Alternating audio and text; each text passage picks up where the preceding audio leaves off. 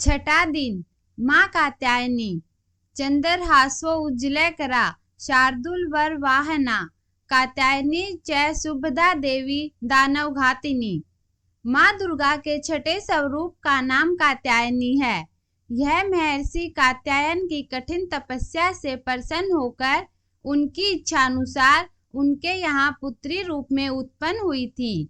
महर्षि कात्यायन ने सर्वप्रथम इनकी पूजा की, इसी कारण से यह कात्यायनी कहलाई। माँ कात्यायनी अमोघ फलदायिनी है। दुर्गा पूजा के छठवें दिन इनके स्वरूप की उपासना की जाती है। इस दिन साधक का मन आज्ञा चक्र में स्थित होता है। योग साधना में इस आज्ञा चक्र का अत्यंत महत्वपूर्ण स्थान है।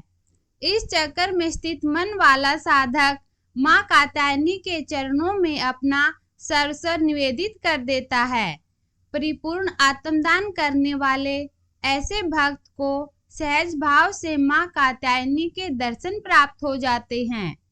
इनका साधक इस लोक में रहता हुआ भी अलौकिक तेज से युक्त हो जाता है। 9वां अध्याय निशुंभ वध। राजा ने कहा, हे ऋषिराज, आपने रक्तबीज के वध से संबंध रखने वाला वृतांत मुझे सुनाया। अब मैं रक्तबीज के मरने के पश्चात क्रोध में भरे हुए शुंभ व निशुंभ ने जो कर्म किया वह सुनना चाहता हूँ। महर्षि मेघा ने कहा, रक्तबीज के मारे जाने पर शुंभ और निशुंभ को बड़ा क्रोध आया और अपनी बहुत बड़ी सेना का इस प्रकार सर्वनाश होते देखकर निशुंभ देवी पर आक्रमण करने के लिए दौड़ा। उसके साथ बहुत से बड़े बड़े असुर देवी को मारने के वास्ते दौड़े और महापराक्रमी शुंभ अपनी सेना सहित चंडिका को मारने के लिए बढ़ा। फिर शुंभ और निशुंभ का देवी से घोर युद्ध होने लगा और वह दोनों असुर इस प्रकार देवी पर बाण फेंकने लगे जैसे मेघों से वर्षा हो रही हो।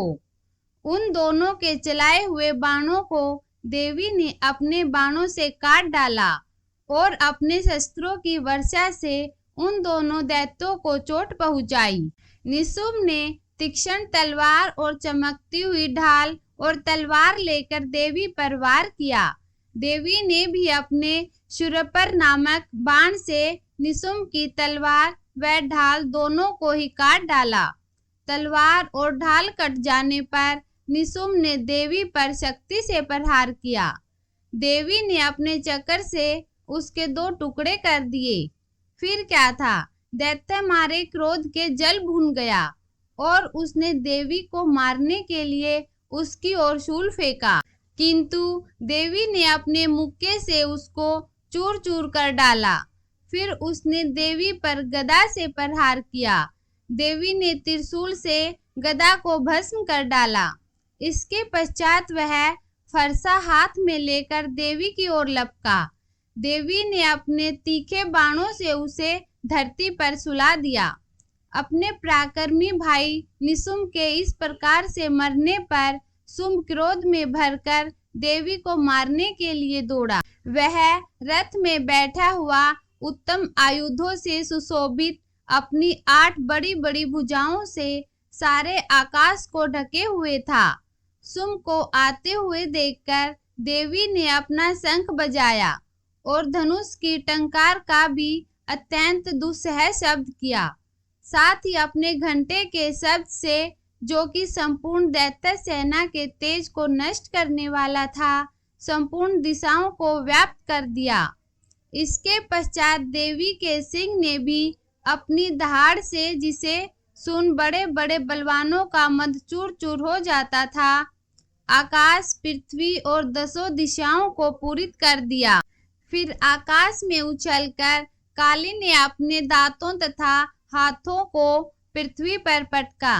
उसके ऐसा करने से ऐसा शब्द हुआ जिससे कि उससे पहले के सारे शब्द शांत हो गए। इसके पश्चात शिवदूती ने असुरों के लिए भय उत्पन्न करने वाला अट्टहास किया, जिसे सुनकर सब दैत्य थर्रा उठे और शुंभ को बड़ा क्रोध आया। फिर अंबिका ने कहा, अरे दुष्ट, खड़ा रह। आकाश से सभी देवता जय हो बोल उठे। शुंभ ने वहां आकर ज्वालाओं से युक्त एक अत्यंत भयंकर शक्ति छोड़ी, जिसे आते देखकर देवी ने अपनी मोहल्का नामक शक्ति से काट डाला। हे राजन, फिर शुंभ के सिंहनाद से तीनों लोक व्याप्त हो गए और उसकी प्रतिध्वनि से ऐसा घोर शब्द हुआ जिसने इससे पहले के सब शब्दों को जीत लिया। शुंभ के छोड़े बाणों को देवी ने और देवी के छोड़े बाणों को शुंभ ने अपने बाणों से काट सैकड़ों और हजारों टुकड़ों में परिवर्तित कर दिए। इसके पश्चात जब चंडिका ने क्रोध में भर शुंभ को त्रिशूल से मारा तो वह मूर्छित होकर पृथ्वी पर गिर पड़ा। जब उसकी मूर्छा दूर हुई तो वह धनुष लेकर आया और अपने बाणों से उसने देवी काली तथा सिंह को घायल कर दिया। फिर वह राक्षस 10,000 भुजाएं धारण करके चक्रादि आयुधों से देवी को मारने के लिए दौड़ा। तब भगवती ने कुपित होकर अपने बाणों से उन चक्रों तथा बाणों को काट डाला। यह देखकर निशुंभ हाथ में गदा लेकर चंडिका को मारने के लिए दौड़ा।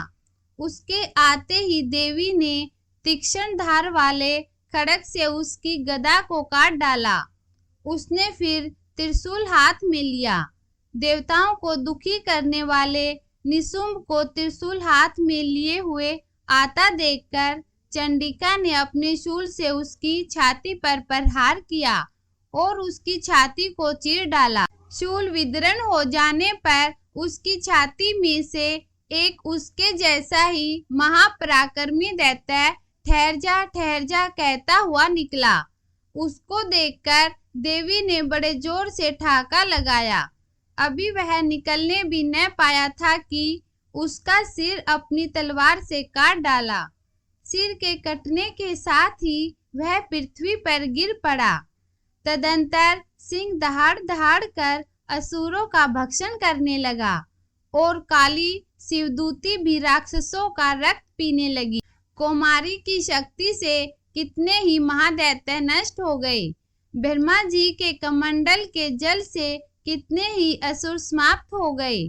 कई दैत्य माहेश्वरी के त्रिशूल से विदीर्ण होकर पृथ्वी पर गिर पड़े और कई बाराही के प्रहारों से छिन्न भिन्न होकर धराशायी हो गए। वैष्णवी ने भी अपने चक्कर से बड़े बड़े महापराक्रमियों का कचूमर निकालकर उन्हें यमलोक भेज दिया और इंद्री से कितने ही महाबली राक्षस टुकड़े टुकड़े हो गए। कई दैत्य मारे गए, कई भाग गए, कितने ही काली शिवदूती और सिंह ने भक्षण कर लिए। 10वां अध्याय शुंभ वध। महर्षि मेघा ने कहा, हे राजन, अपने प्यारे भाई को मरा हुआ तथा सेना को नष्ट हुए देखकर क्रोध में भरकर दैत्यराज शुंभ कहने लगा, हे दुष्ट दुर्गे, तू अहंकार से गर्व मत कर, क्योंकि तू दूसरों के बल पर लड़ रही है। देवी ने कहा, हे दुष्ट, देख, मैं तो अकेली ही हूँ। इस संसार में मेरे सिवा दूसरा कौन है? यह सब मेरी शक्तियां हैं। देख, यह सब की सब मुझ में प्रविष्ट हो रही हैं। इसके पश्चात ब्राह्मणी आदि सभी देवियां उस देवी के शरीर में लीन हो गई और देवी अकेली रह गई। तब देवी ने कहा, मैं अपनी ऐश्वर्य शक्ति से अनेक रूपों में यहाँ उपस्थित हुई थी। उन सब रूपों को मैंने समेट लिया है। अब अकेली ही यहाँ खड़ी हूँ। तुम भी यहीं ठहरो। महर्षि मेघा ने कहा। तब देवताओं तथा राक्षसों में देखते देखते भयंकर युद्ध होने लगा। अंबिका देवी ने सैकड़ों अस्त्र शस्त्र छोड़े। उधर दैत्यराज ने भी भयंकर अस्त्रों का प्रहार आरंभ कर दिया। देवी के छोड़े हुए सैकड़ों अस्त्रों को दैत्य ने अपने अस्त्रों द्वारा काट डाला। इसी प्रकार शुंभ ने जो अस्त्र छोड़े उनको देवी ने अपनी भयंकर हुंकार के द्वारा ही काट डाला। दैत्य ने जब सैकड़ों बाण छोड़कर देवी को ढक दिया तो क्रोध में भरकर देवी ने अपने बाणों से उसका धनुष नष्ट कर डाला। धनुष कट जाने पर दैत्येंद्र ने शक्ति चलाई, लेकिन देवी ने उसे भी काट कर फेंक दिया।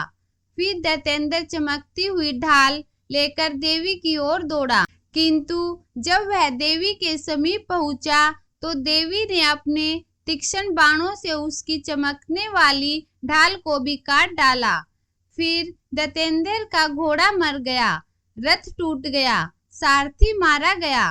तब वह भयंकर मुदगर लेकर देवी पर आक्रमण करने के लिए चला, किंतु देवी ने अपने तीक्ष्ण बाणों से उसके मुदगर को भी काट दिया। इस पर दैत्य ने क्रोध में भरकर देवी की छाती में बड़े जोर से एक मुक्का मारा, तो देवी ने भी वही उसकी छाती में जोर से एक थप्पड़ मारा। थप्पड़ खाकर पहले तो वह दैत्य पृथ्वी पर गिर पड़ा, किंतु तुरंत ही वह उठ खड़ा हुआ। फिर वह देवी को पकड़कर आकाश की ओर उछला और वहां जाकर दोनों का युद्ध ऋषियों व देवताओं को आश्चर्य में डालने वाला था। देवी आकाश में दैत्य के साथ बहुत देर तक युद्ध करती रही। फिर देवी ने उसे आकाश में घुमाकर पृथ्वी पर गिरा दिया। दुष्टात्मा दैत्य पुनः उठकर देवी को मारने के लिए दौड़ा। तब उसको अपनी ओर आता हुआ देखकर देवी ने उसकी छाती विदीर्ण करके उसको पृथ्वी पर पटक दिया। देवी के त्रिशूल से घायल होने पर उस दैत्य के प्राण पखेरु उड़ गए और उसके मरने पर समुंदर, द्वीप, पर्वत और पृथ्वी सब कांपने लग गए। तदंतर उस दुष्टात्मा के मरने से संपूर्ण जगत प्रसन्न व स्वस्थ हो गया तथा आकाश निर्मल हो गया। पहले जो उत्पात सूचक मेघ और उल्कापात होते थे वह सब शांत हो गए। उसके मारे जाने पर नदियां अपने ठीक मार्ग से बहने लगी। संपूर्ण देवताओं का हृदय हर्ष से भर गया। गंधर्व बाजे बजाने लगे और अप्सराएं नाचने लगी। पवित्र वायु बहने लगी। सूर्य की कांति स्वच्छ हो गई। यज्ञशालाओं की बुझी हुई अग्नि अपने आप प्रज्वलित हो उठी तथा चारों दिशाओं में शांति फैल गई।